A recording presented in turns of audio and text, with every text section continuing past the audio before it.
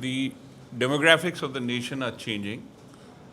Many more people, by the million, are becoming urban people. But whether they're moving from rural areas to urban areas due to reasons of distress in rural areas, or because they have a sense that their aspirations, material and otherwise, will be met by going to urban areas, for a vast majority, it's an unmet, unfulfilled dream. And the solutions range from Pawanji's solution, which is let people broadly be where they are, and if anything, let's encourage reverse migration, so that we can actually benefit from the fact that the natural density of this nation is not bad at all. I mean, 2/3 of Japan, you know, and just 700 per square kilometer. I was very surprised. I mean, I hadn't focused on that. So the incredible crowding. I believe Dharavi's density is 450,000 per square kilometer. You know, so in a nation where if you had a reasonable spread, you could have 700 per square kilometer. Why do we create these monstrosities? And the answer, of course, came from Tikinder, which is that it is basically rent-seeking capital, a particular kind of capital. Not all capital is bad, you know. I mean, the rent-seeking capital, which is basically converted its traditional ownership, formal or informal, over what became urbanizing pieces of land, converted that into monetary capital, and then basically became a juggernaut. And so, in the meantime, because of the weakness of our state and the fact that it does not collect significant amount of taxes from even from its well-off citizens, so we have a constantly underfinanced state. Nationally also, our tax to GDP ratio is only about 15%. We want Scandinavian level of facilities where tax to GDP ratio is 55%. But we want to pay only 15% as taxes, right? So we can't have both. And then out of that 15, due to the fact that we have only Naam ke Vaste federalism, and even more Naam ke Vaste 74th Amendment, so you end up with a situation where the totality is small, and then a very small fraction of that flows to the states, and from the states, even smaller fraction flows to the municipalities, to a point where you have 0.5% of the GDP flowing to habitations which account for 60% of the GDP production. So if you want to talk about inequity, the spatial inequity of this devolution is terrible. The suggestions for that, which are given both in the 16th Finance Commission itself, by the way, as well as in the Kerala model, are in front of us, and we should not only just support them, but we should seriously work towards, use all forums to ensure that more resources flow to the city. But the second differentiation that we must recognize, and it's been highlighted in different ways by the other two speakers, is that within the city, it's not as if you have uniform incomes. In fact, you have the most severe levels of intra-city inequality than you see in rural areas. You know, and therefore, it's not enough to say that more money should devolve from the national fisc or the state fisc to the municipal bodies, but we also have to ensure that once the money reaches there, it's not being used to beautify Connaught Place and its pavements for the nth time, while Silampuri and Jangirpuri, even the drains are not, paved, are not cemented. So this misallocation of resources based on economic power, which translates into political power, except for a few cases where, due to the the fact that everybody has votes, it does occasionally translate into some electoral promise. But by and large, once elections are over, it's business as usual, and a vast majority of urban resources flow to the better off areas. And for that, one has to look at ward-wise distribution of municipal resources. Very little data, unfortunately, is available for ward-wise distribution. But for the few municipalities that it is available in public, unless we set up an RTI army, it will be very hard to get this. But if you look at the ward-wise distribution of municipal expenditure, then you can see that it is triple inequity. First, there is the international, the global inequity. So our GDP is lower, and then tax to GDP ratio is lower. Then intra-nation, from federal to the state to the city, there is inadequate devolution. And then from within the city, जो आया, वो भी सब Connaught Place में लगा दो, सिलम पूरी भाड़ में जाए. Right. So then, with that, the solution has to be what Tikender calls political, what in Pawanji's view is spatial technical. My own view is that given the prevailing political economy and its stranglehold on resources, including power, we will have to be somewhere in between these two.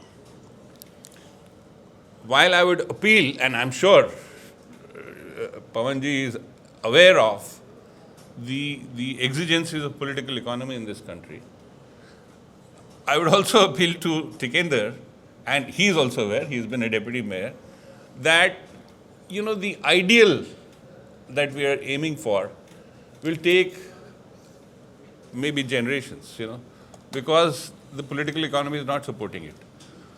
One can say, nahi, elections mein kyun nahi ho sakta?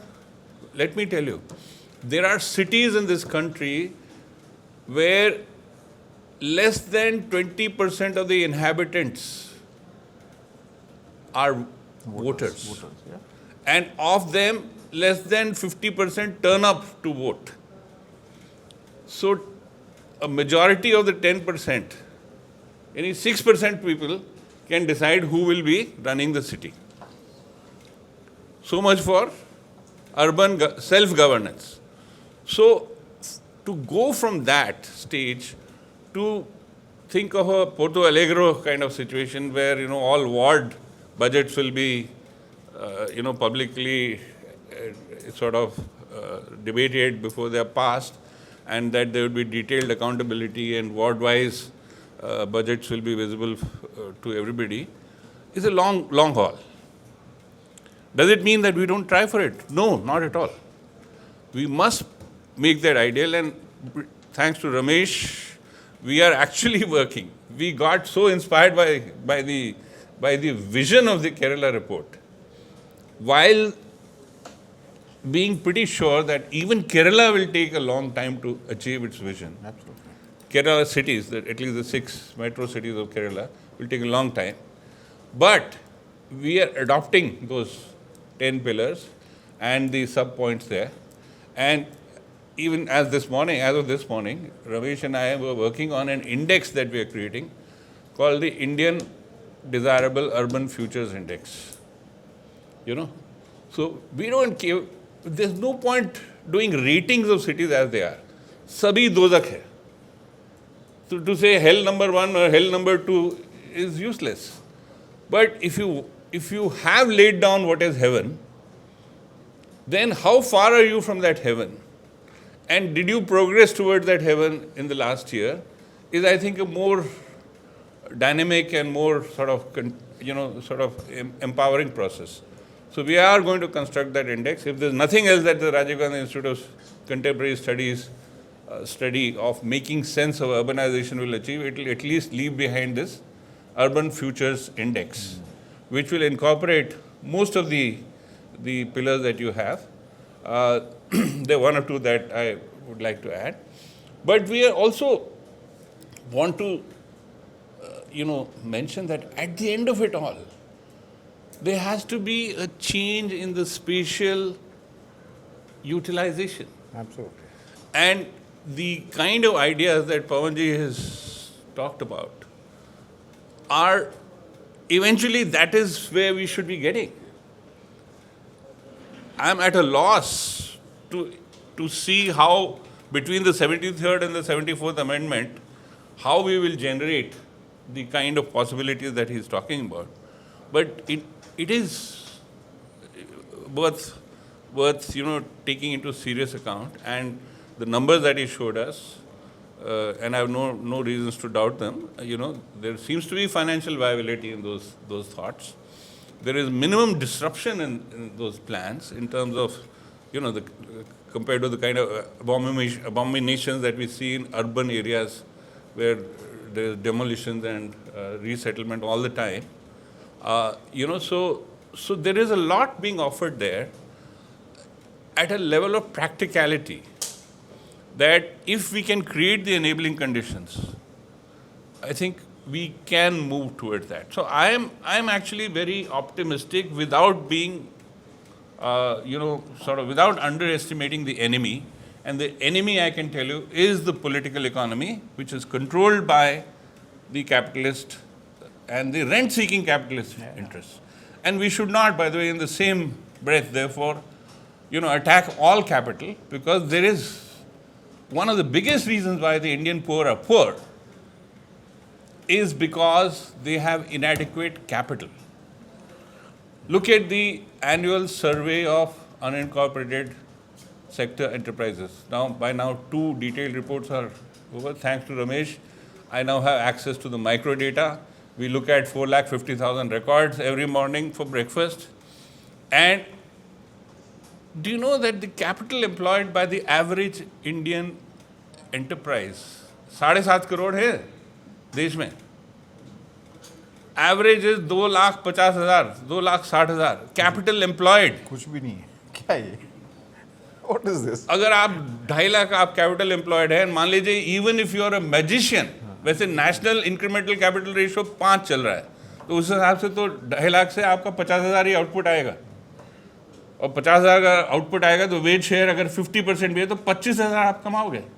But because these are micro enterprises, the incremental capital output ratio is much higher, तो 2.5 लाख से 2.5 लाख हो जाता है. Wage share of value added is 80%, not 50. So you are back to 2 lakh per capita income. So the story is that if we want to increase the wages, and Dinesh, you're here, na? I'm here. I'm deeply aware. I'll listen to you first and then say something. I'm deeply aware that the average wages are abysmal. We have to look at sarkari data, PLFS data. 8,500 रुपये लोग कमा रहे हैं. Recording in progress. Continue. Right? But if we want to increase that, we will have to increase the capital intensity at the base of the pyramid. Now, the question is, does that mean that the Indian economy as a whole needs more capital? No. We are fine as a whole. We need to reallocate capital towards the base of the pyramid so that the same enterprise which today is working with 2 lakhs fixed capital works tomorrow with 5 lakh. अभी पिछले हफ्ते मैं एक taxi में एक जगह से दूसरी जगह जा रहा था और उसकी हवा निकल गई, तो पास में एक टायर की दुकान थी, तो हमने कहा चलो ठीक करवा लेते हैं. So I got down and I क्योंकि बहुत दिनों के बाद इस तरह का एक्सपीरियंस था, तो आई वाज पीपिंग कि क्या प्रोसेस है. And every single process from inserting the jack under the car to lift it, to unscrewing the nuts, to putting the tire, and tires have become tubeless, on that jig which would test where the leaks are, and then sealing the leak, and then refitting the tire back onto the thing, and then rescrewing the thing. For every one of them, there was a mechanical powered device, pneumatic or hydraulic. So that tire shop had moved from 2 हट्टे-कट्टे आदमी and 5,000 रुपए का jack to though actually not hatte-katte guys, but probably 5 lakh रुपए का capital. But I am sure that their daily income is higher than the old system. And so this is a living example, I can tell you, that if we can increase the capital intensity of our micro enterprises, it will lead to wage enhancement. And therefore, my friends on the left, please do not viscerally be against capital, only be against rent-seeking capital, exploitative capital. Okay, but with that, coming back to our urban discussions, I think 3 things are very, very clear. One is we've got to make the governance pro-people. And the people have to be defined as people who inhabit the city. So we have to ensure that there's this is the job of the, I don't want to use explicits, of the Election Commission, that every urban resident gets a vote in the municipality. It is not acceptable that only 20% of urban residents are voters. There's something wrong. And why the hell do we need a different voters list for municipalities and then a different one for Vidhan Sabha? Which is one of the reasons why there is a problem. So one is participatory, accountable, transparent, all those adjectives that you used, they all need to be. So that is one meta change. And if that requires 74th Amendment to be re-amended 7 times, let it be. But we have to lobby for it. The second is we have to ensure that access to capital, and I don't mean municipal budgets here, please. The municipal budget is a trivial amount of capital that is hanging around in a city. Trivial, absolutely. Total capital availability in urban areas is large, but access to that needs to be democratized. Absolutely.